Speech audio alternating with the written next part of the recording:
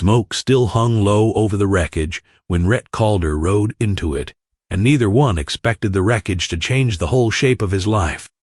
He caught the smell of the ruin before he ever laid eyes on it. Scorched hide, burnt cook fire, ash, a bitterness on the wind that had no business hanging over an ordinary morning in the New Mexico territory.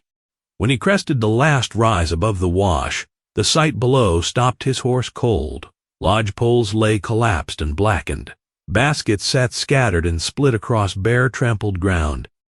Whatever had come through here had come through fast, and it had left behind a silence, with no business being that complete. He sat his gelding a long moment at the rise, taking in the wreckage the careful way a man takes in anything that might still be dangerous before he nudged the horse down the slope toward it. Broken lodge frames, a cook fire long gone cold, supplies scattered as if someone had grabbed only what could be carried at a dead run and left the rest to burn or rot. He counted no bodies, which eased one particular fear and did nothing at all for the dozen others crowding in behind it. Most of whoever had lived here was simply gone, fled, or taken, or scattered into the hills in directions no single rider could hope to guess. And Rhett was on the point of turning his horse back toward the county road to fetch the sheriff, when a flicker of movement stopped him cold near a cluster of boulders at the wash's far edge. He eased down off the gelding slow, the same unhurried way he'd eased toward a spooked colt that hadn't yet decided whether a man's hands meant help or harm, and there she was, pressed back hard against the rock as if she meant to disappear straight into the stone itself. A young Apache woman, dust caked thick through her dark hair, her dress torn at the hem where brush rather than trail had clearly done the tearing, one arm clamped tight over a shoulder wound that had gone past simple bleeding into something darker and more dangerous.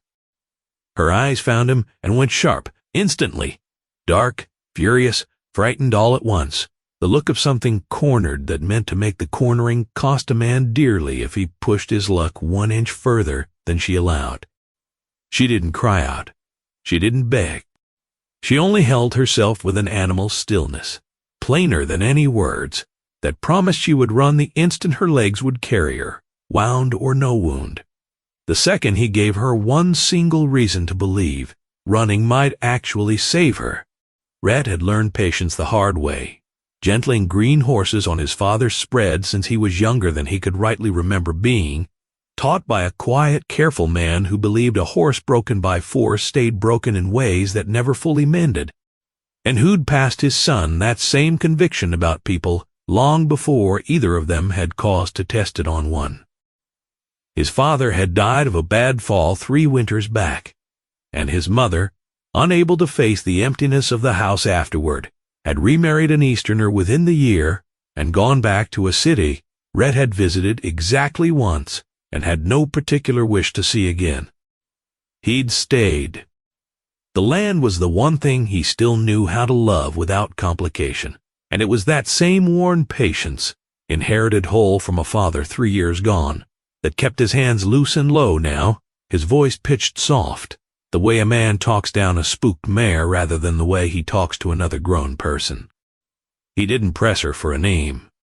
He didn't reach for what had happened to the camp or who had done this or where the rest of her people had scattered off to. A man could see plain enough in the wreckage around them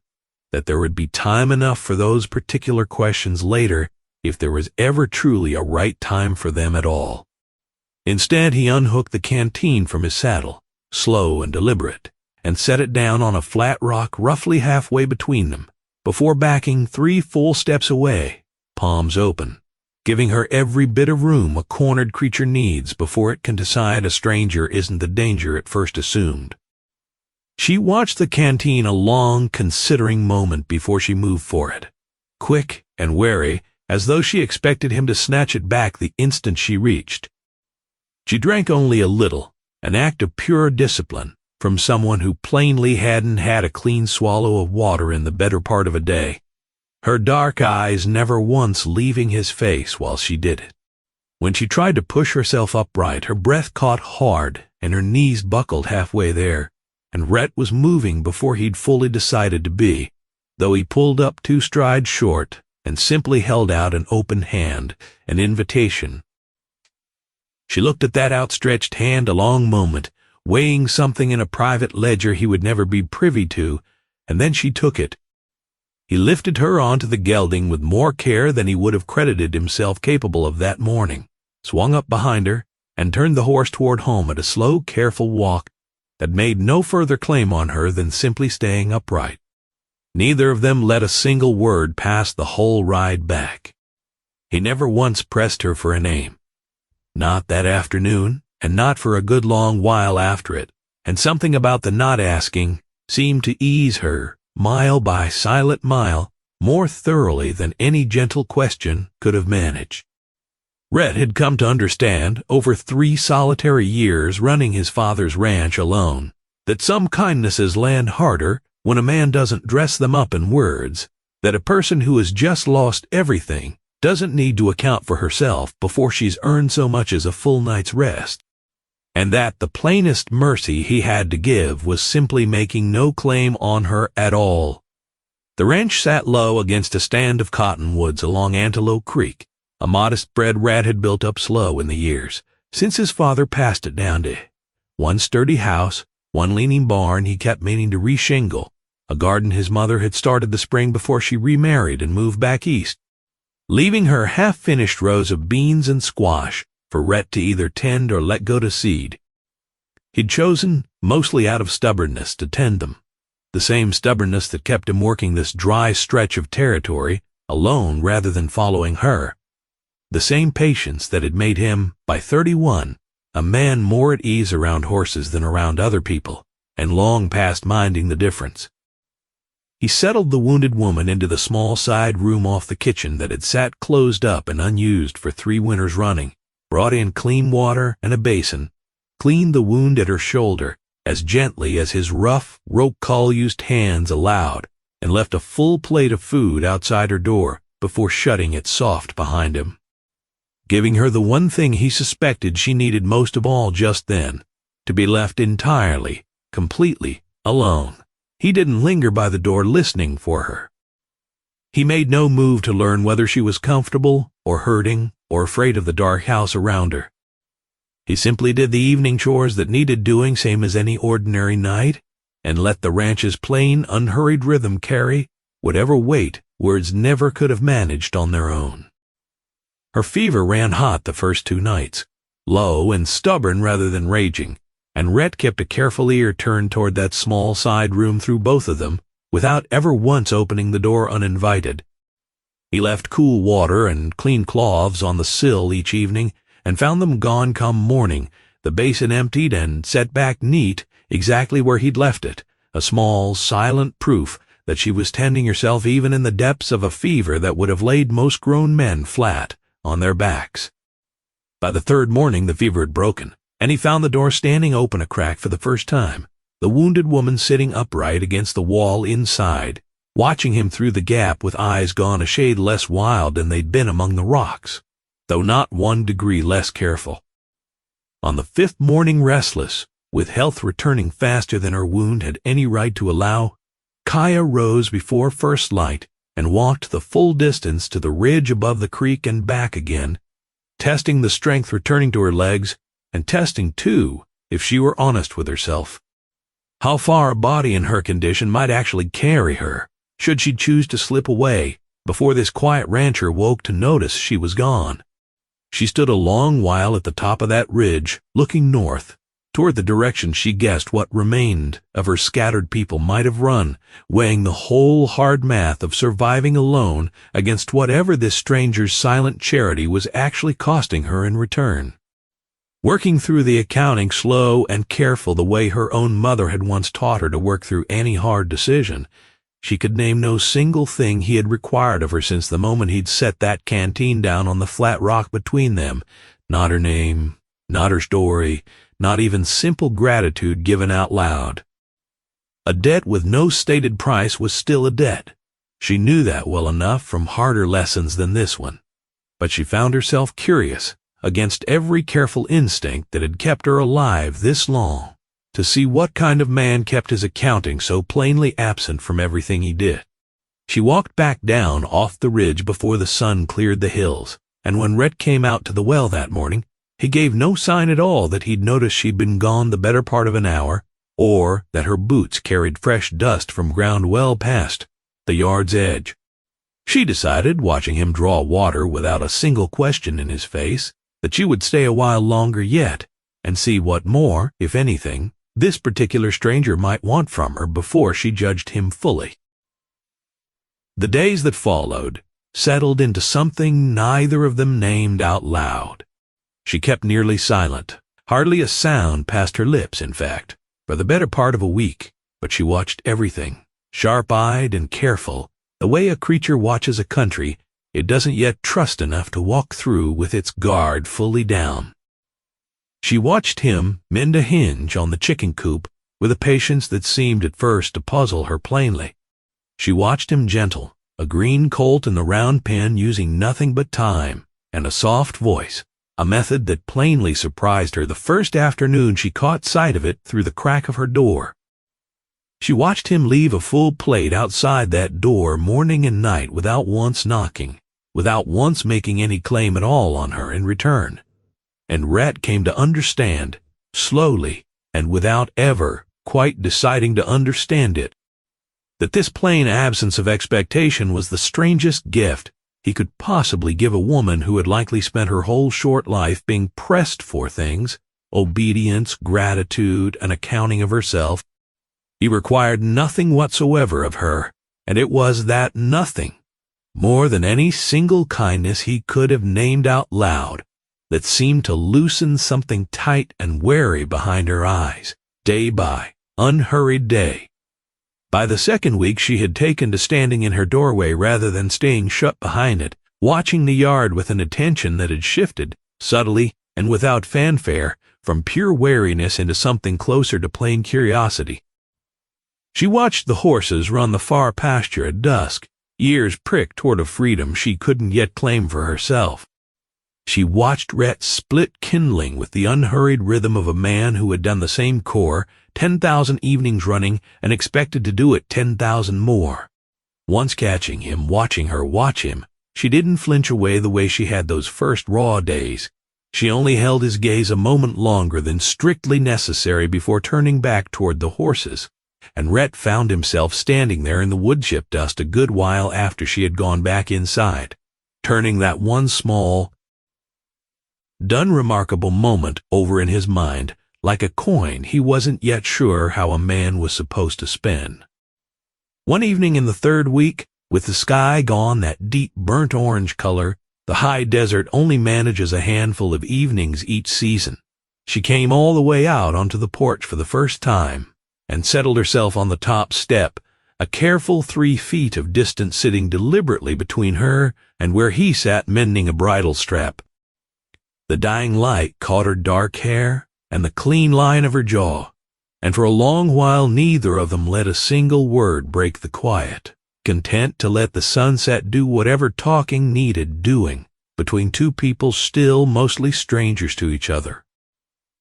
Then, without turning her head, she finally gave voice to the question that had clearly been sitting in her since the very morning he found her among the rocks. "Why did you save me?" Rhett turned the question over a good deal longer than its size would have suggested it deserved, careful the way he'd handle a green colt's very first real test of the saddle, mindful not to move too fast and spook something still fragile between them. Because leaving you there wasn't an option. It wasn't a grand line. It wasn't the kind of thing a man reaches for when he's trying to win a woman's regard, and maybe that very plainness was exactly why it landed the way it did. Something in her face, that permanent guarded wariness she had worn since the wash, eased for the first time since he'd known her, not gone entirely but loosened, the way a held breath finally lets out slow when a body decides at last that it's safe enough to breathe normal again. She looked back out at the sunset, rather than at him, but he caught, at the corner of her mouth, the faint ghost of something that might, on a different woman, on a different evening, have earned the name of a smile. Neither of them let another word pass that whole evening. They didn't need to. The orange light burned down slow behind the far ridge, and the two of them sat together on those porch steps until the color finally went, watching the same fading sky, a full arm's length of careful distance still sitting between them, a distance that had, for the very first time since the wash, stopped feeling anything at all like a wall. If a story, this quiet and this patient, is the kind you love watching unfold, tap the join button beside the channel name to become a channel member. Weeks passed, and the plain rhythm of the ranch slowly folded her into it thread by careful thread.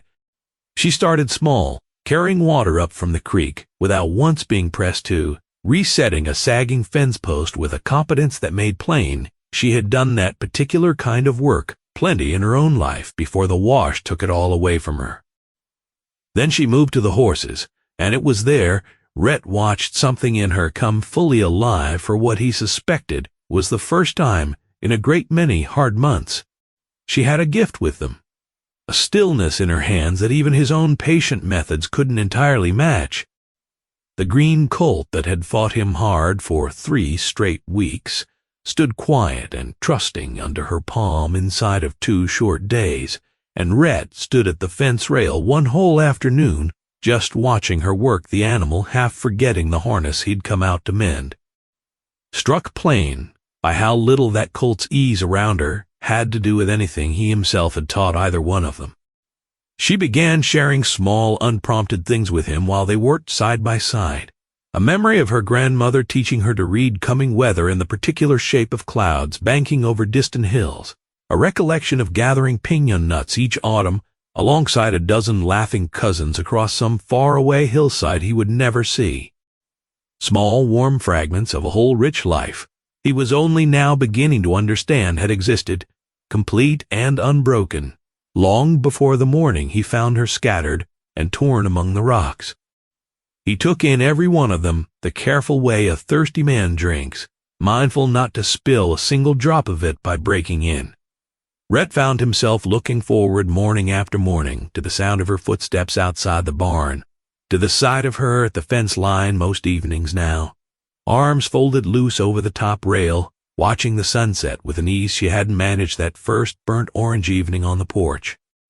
Her quiet strength impressed him a good deal more than her striking face ever could have on its own, though he would have been lying to himself to pretend he hadn't noticed that too. The sharp, clean beauty of her that no amount of trail dust or healing bruises had managed to dull one bit.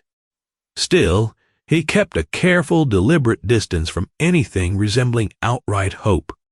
He reminded himself, most nights, alone with the lamp burning low, that she was only healing here the plain way a bird mends a wing before it flies on somewhere else entirely, and that a sensible man didn't go mistaking freely given gratitude for something a good deal deeper.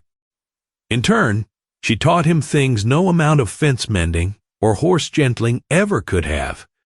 She showed him which of the wild plants scattered thick along the creek bank could ease a fever and which could poison a careless man clean through. Knowledge passed down, she let him know one quiet afternoon, through more generations of women in her family than she could rightly count on both hands. She taught him 3 words in her own language, the word for horse, the word for creek, the word for the particular slow gold light that fell across the land in late afternoon, and laughed, honestly laughed, the very first time his clumsy tongue mangled every single one of them past all recognition. He came to understand watching her work, a deer hide soft with the same unhurried patience she brought to everything she touched, that he hadn't merely pulled some helpless woman out of that wash back in the spring. He had brought a whole skilled, capable person out of the wreckage of one terrible morning, and the ranch itself was better for every single thing she brought to it, not merely gentler, for his own quiet company toward her. One warm afternoon, she showed him how her grandmother had taught the women of her family to soften a hide by hand, working it patient and slow over a smooth length of wood, until the whole piece gave like cloth beneath her fingers, and she let him try it himself under her close direction, laughing softly at how stiff and clumsy his big rancher's hands turned out to be, at a task that looked in her own hands like the easiest thing in the world. He didn't mind the laughing one bit. He found he'd have gladly ruined a dozen hides for the plain, uncomplicated pleasure of hearing that particular sound again. Some evenings that summer she took over the cooking, rather than leaving the kitchen entirely to him, working a stew of dried meat and wild onion and the last of the season's beans, the way her own mother had once shown her. And Rhett found himself looking forward to those particular evenings more than he probably had any right to. In turn, he set about teaching her his own mother's recipe for sourdough biscuits, salvaged from a stained recipe card kept in a tin box on the shelf above the stove, and the two of them spent one whole ruined afternoon covered in flour, laughing over a batch gone flat and dense as river stones before finally producing something close enough to edible that they ate it anyway, sitting together at the small kitchen table with the last of the evening light coming gold through the window. Over that ruined batch of biscuits, she shared small details of festivals, her people marked by the turning of each season, gatherings built around Thanksgiving for a good harvest or a safe winter past, and Rhett found himself thinking, listening to her describe them, that the shape of gratitude looked much the same in any language once a person stripped away everything but the plain human need underneath it. In turn, he described haltingly at first, and then with more ease than he expected of himself, the small rituals his own family had once kept before illness and distance had scattered them thinner than either of them liked to dwell on. His father's habit of blessing a new colt with a splash of well water across its nose. His mother's insistence on a particular hymn, sung every first frost of the year. Neither tradition matched the other in shape, but something in the plain fact of having traditions at all, of coming from people who had once cared enough to build small rituals around the hard, uncertain business of living, seemed to close a little more of the distance still sitting between them, one flower-dusted, laughing afternoon at a time. A trip into the small trading settlement 2 days' ride north, undertaken for flour and nails and a new plow blade, wrought the first real test of what this new arrangement meant beyond the fence lines of Rhett's own land. Kaya rode in with him rather than staying behind, her chin set in a way that made plain she had no intention of hiding from anyone's opinion of her, and the storekeeper's wife gave the two of them a long look over the counter that Rhett met without blinking and without a single word of explanation. Word traveled fast through a settlement that small, the way word always does, and by the time they'd loaded the wagon, there were more than a few narrowed eyes following them down the dusty main street. Rhett didn't hurry the loading.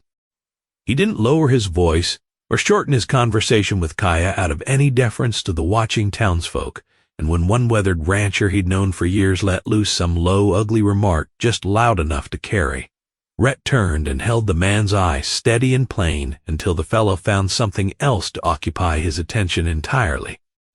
Neither Rhett nor Kaya brought the matter up again the whole ride home, but something had shifted between them on that dusty street. All the same, a quiet, unspoken understanding that whatever this was becoming, he had no intention of hiding it, or her, from anyone at all. They rode home slower than they'd ridden in, the wagon creaking easy under its new load, and somewhere along that last stretch of trail before the ranch came into view, Kaya reached over without a word and rested her hand briefly against his forearm, not for balance and not by accident, but simply because she wanted to. And Rhett understood the gesture for exactly the quiet gift it was, and knew better than to remark on it out loud. One golden afternoon in the 5th week, the two of them worked together to reset a gate that had hung crooked on its hinges, since well before Rhett's father died, and somewhere in the middle of it, hands full of splinters, a stubborn hinge pin refusing every ordinary trick he tried on it, he ventured some tired, clumsy joke about the gate outliving them both purely out of spite. And she laughed. Not the careful, contained sound she sometimes allowed when something genuinely pleased her, but a real laugh, sudden and full, surprised right out of her, as if it had escaped before she'd thought to guard it properly. The sound startled them both equally. She pressed one hand over her own mouth, a half-second too late, wide-eyed at herself, and then laughed again at her own startlement, and Rhett stood there holding a stubborn hinge pin and grinning like an outright fool at a gate that still, in the end, refused to hang entirely straight. That evening, Sitting together out past the barn while the last light drained slow off the western ridge, she gave voice to something she hadn't shared before, her tone gone quieter and more careful than her laugh from earlier that same afternoon. "Before you found me, I thought no one would ever care what happened to me. You deserved better than that." He kept it plain, the same unadorned way he'd met her question that first evening on the porch, and she turned to look at him a long moment in the fading light, something working behind her dark eyes that he couldn't quite read, and didn't try to rush. She didn't answer in words. She only nodded, once, slow, like she was accepting something she hadn't fully allowed herself to believe a stranger could give until this particular man on this particular stretch of dry land had gone and given it to her anyway. Plate by silent plate and patient core by patient core for 5 whole unhurried weeks running. Not everyone in the territory proved so easy to face down as the loudmouth rancher on that first supply run. A stranger rode through the settlement in the season's later weeks, unhurried and watchful, asking around the trading post after an Apache woman answering a description close enough to Kaya's that word of it reached the ranch within the day, carried by a neighbor boy who thought Rhett ought to know. The stranger claimed no lawful business, only vague talk of a debt owed and a reward posted by men who, when Rhett described the fellow to her, made Kaya go pale and still, men who had ridden with the very raiders who'd burned her camp, looking now to finish whatever profit that night's ruin hadn't managed to collect. Rhett rode into the settlement himself the following morning, calm and plain-spoken, and let it be known to anyone who cared to listen that the woman in question was under his protection and on his land, and that any man with further business regarding her would need to take that business up with him. He carried no particular reputation as a dangerous man, and made no show of one that day either, but something in his flat, unhurried certainty apparently carried its own kind of warning, because the stranger rode on within the week, and no further word of him ever reached the ranch again. Kaya gave little comment about it afterward beyond a quiet, private nod of thanks, but Rhett noticed she stood a little closer to him at the fence rail in the evenings that followed, and slept, judging by the lamp she left burning lower and later each night, a good deal easier than she had in the weeks right after the frost.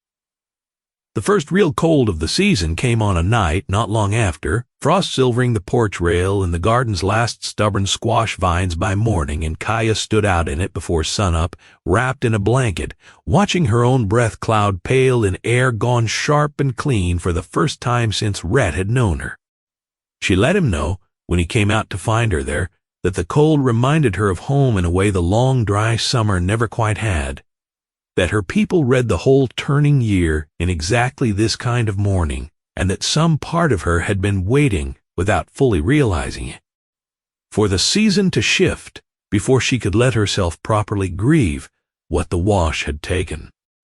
She gave him pieces of it then, careful and measured, of the night the raiders came through, not the whole raw shape of it, which she kept for herself the way a person keeps the sharpest parts of any wound, but enough that Rhett understood she had fought and run,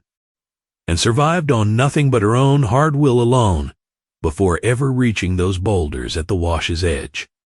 She gave it to him, standing straight-backed in the frost-silvered yard, not as someone reaching for pity, but as someone finally strong enough to hand a piece of her own hardest truth to a man she had decided, somewhere along the way, was safe enough to hold it. She mentioned, too, a younger sister, Sula she called her, a name she hadn't given him before that frost-bright morning, last seen running the opposite direction into a stand of piñon the night the camp scattered, and though Kaya kept her voice level while she gave him the name, Rhett caught the way her hands tightened around the edges of the blanket, and understood, without needing to be told outright, that some nights she lay awake wondering whether that sister had lived to reach the mountains or not. He didn't press her for more than she offered that morning.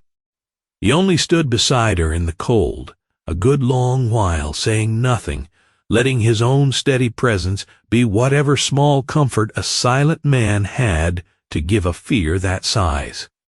She gave him more of her mother in the weeks that followed the frost, small warm fragments handed over unprompted while they worked. the way a person gives up pieces of a life slow and careful rather than all at once. Her mother had been a woman known through their whole band for the quality of her basket work, patterns so fine that traders from 2 days' ride in any direction had once sought her out by name, and Kaya's own hands, Rhett came to notice, carried that same exacting patience into everything she touched. From a bridle repair to the careful stitching of her own healing wound.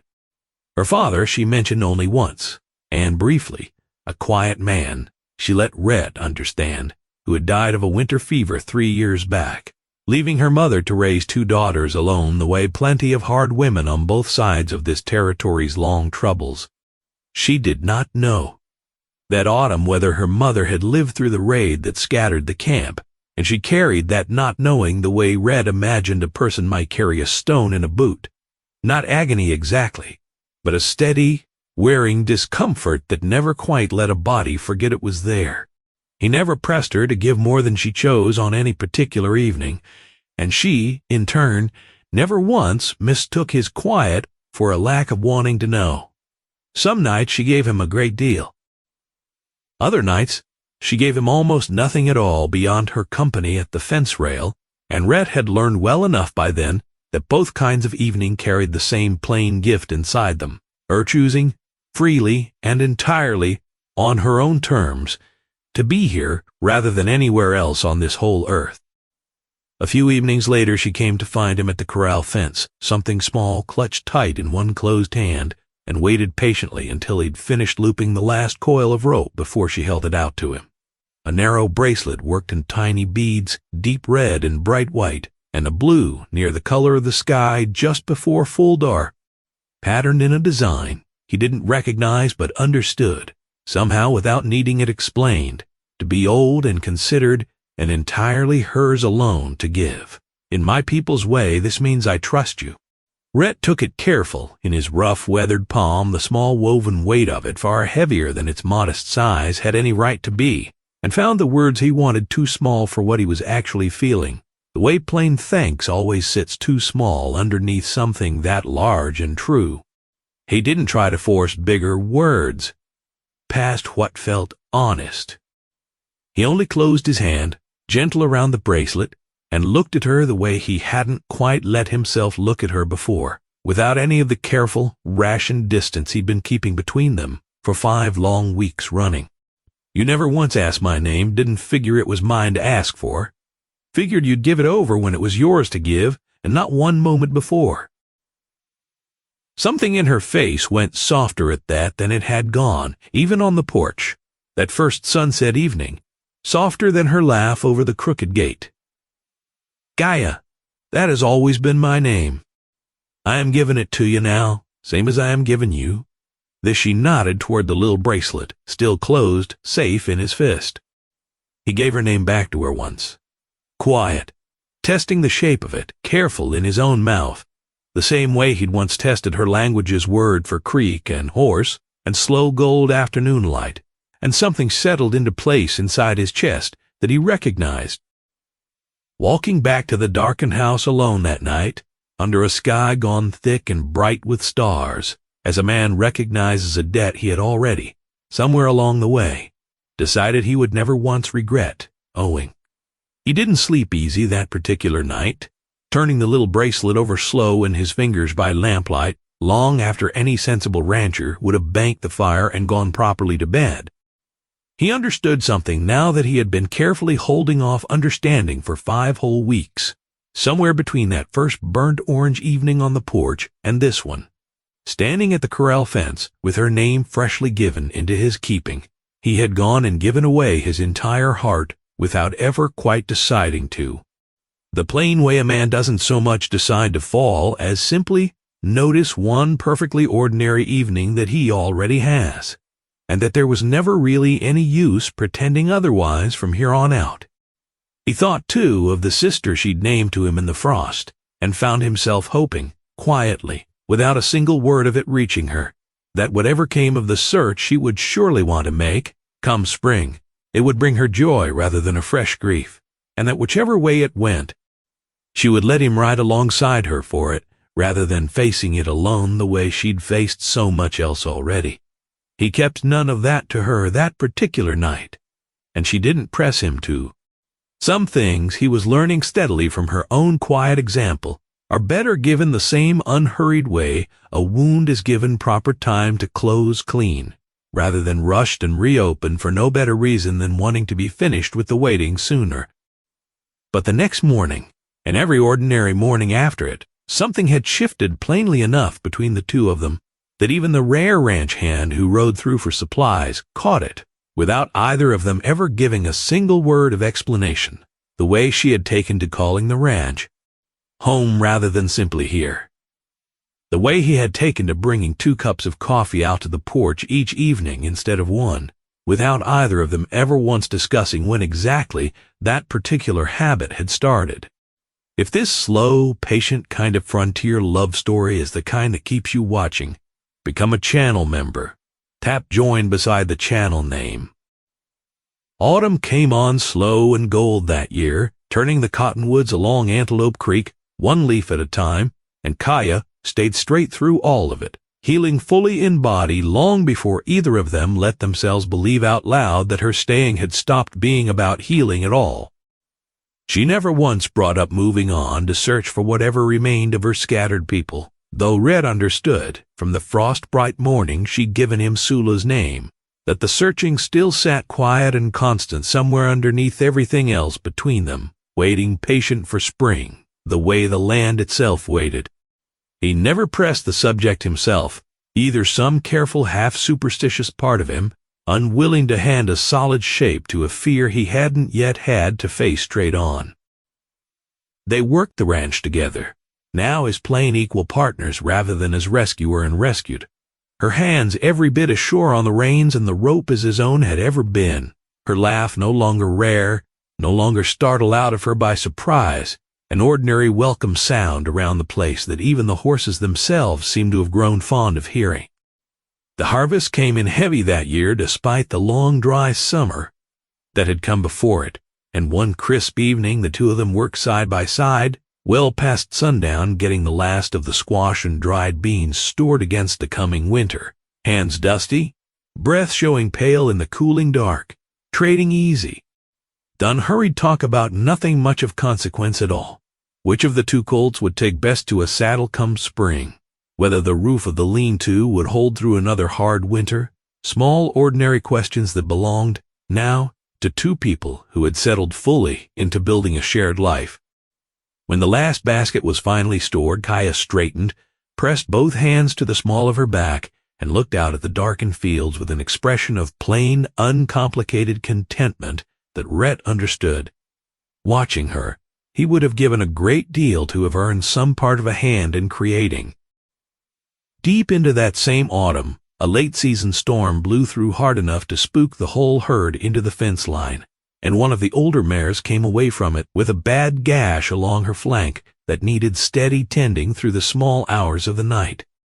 Rhett and Kaya worked side by side by lantern light in the barn past midnight, cleaning and stitching and holding the frightened animal steady between them. Trading low, easy words meant more to calm the mare than to carry any real information between the two of them. Kaya's hands stayed sure and unhurried through the whole business, the same quality Rhett had come to expect of her around any creature in pain. And when the mare finally settled exhausted into an uneasy doze against the stall wall, the 2 of them sat together in the straw a long while afterward, too keyed up on worry to properly rest themselves. Shoulders close enough to touch in the lantern's small circle of warmth against the cold, dark barn beyond it. Neither one moved to close that last small gap of distance between them that night, though both of them, if pressed honestly, would likely have confessed to feeling its absence keenly. They only sat together, tired and quietly proud of a shared night's hard work well done, until the mare's breathing evened out fully, and the gray edge of morning finally showed pale through the barn's high window, and Rhett understood, walking back to the house in that thin early light beside her, that there was no wrench core left on this whole spread he could imagine doing any more without picturing her steady hands right there working alongside his own. The mare healed clean within the fortnight, the gash along her flank closing to a thin white line under Kaya's steady care, and there grew, in the ordinary days that followed, a kind of shorthand between the two of them that needed almost no words at all to operate. A look across the corral that meant one of them would fetch the other tool without being asked, a particular quiet at the supper table that meant the day had been a hard one, and neither needed the other to say so outright to be understood. Kaya took to reading the land the way her people always had, teaching Rhett, almost without meaning to, how to spot the difference between a storm still 2 days off and one bearing down by nightfall. How a certain restlessness in the cattle meant more than simple bad temper. Rhett found himself, more evenings than not, simply grateful, plain, uncomplicated gratitude, no longer fighting so hard against a deeper thing sitting underneath it, for the whole unlikely turn that had brought a wounded stranger out of a burned camp and into the center of an ordinary, quiet life. On a cool evening near the season's turn, the two of them sat together on that same porch step where she had first given voice to the question of why he'd saved her, the sky gone that same deep burnt orange, though the air now carried autumn's particular bite instead of high summer's long dry heat. She wore the bracelets twin. One she had beatered herself over slow evenings that whole fall, looped loose around his own wrist this time, and neither of them made mention outright of what it meant that she had made it, or of what it meant that he wore it now without ever pressing her for the reason why. I used to believe that a person only ever gets one home in a whole lifetime, and that mine had burned down with everything else that morning. And now? She turned to look at him then, the last of the orange light catching warm and gold along the clean line of her jaw, and didn't answer in words at first, only reached over and closed her hand loose around his, the same unhurried, deliberate way she had once reached for a canteen left waiting on a flat rock between two careful strangers who hadn't yet learned to trust one another.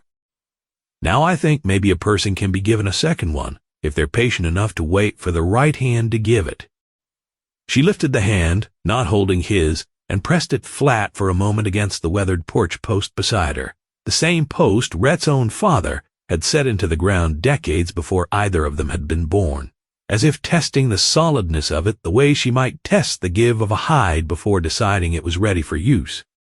Whatever she found in that plain, ordinary wood seemed to satisfy something in her, because she let her hand fall back to her lap after, easy and unhurried, and settled deeper into the quiet beside him rather than pulling away from it.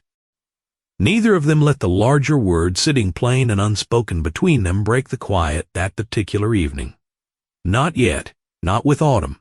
only just properly turning, and a whole long, unhurried winter still stretching out ahead of them to give those words room in. Whenever the moment finally felt as fully earned as everything else between them already had. But Rhett Calder sat there on his own porch step, with Kaya's hand warm and steady in his, watching the same burnt orange sky that had first eased something loose and wary behind her eyes weeks and weeks before, and understood plain and certain as any fact he had ever known about horses or weather or hard dry land. That whatever words came next between the two of them, whenever they finally came, he intended to spend the whole rest of his ordinary patient life making certain she never again had cause to wonder whether a single soul on this earth cared what happened to her. The rest of it, the larger words, the promises neither had given voice to, yet whatever shape their shared future finally settled into. Come spring, whatever the search for Sula might still bring to either of their doors could come in its own good and unhurried time, the way the best and truest things on that dry stretch of territory always had. For now, her hand resting steady in his and the sky burning slow toward dark above Antelope Creek was answer enough for both of them, and neither one saw any good reason at all to rush toward more than that. Somewhere out past the dark tree line, the horses settled for the night, one by one, the ordinary sounds of a ranch easing itself down toward sleep the same unhurried way it had every evening since long before a wounded stranger had ever crossed its threshold, and would, Rhett suspected. He thought of that first burnt orange sunset, and of a canteen left waiting on a flat gray rock, between two people who had owed each other nothing at all beyond the plain, human decision to be kind. He thought of a bracelet given freely and a name given freely after it, and a whole quiet season of small, unhurried gifts passed back and forth between two people who had each, in their own separate ways, believed themselves finished with the business of being surprised by their own lives. Whatever spring finally asked of either one of them, a journey north to learn Sula's fate. A harder conversation neither had quite worked up the nerve for yet, the larger words still waiting patient in both their chests. Rhett found he wasn't afraid of any of it any longer. Not with her hand steady in his, and this particular sky burning slow toward dark above land that had somehow, without his ever quite noticing the exact moment it happened, become theirs together rather than only his alone.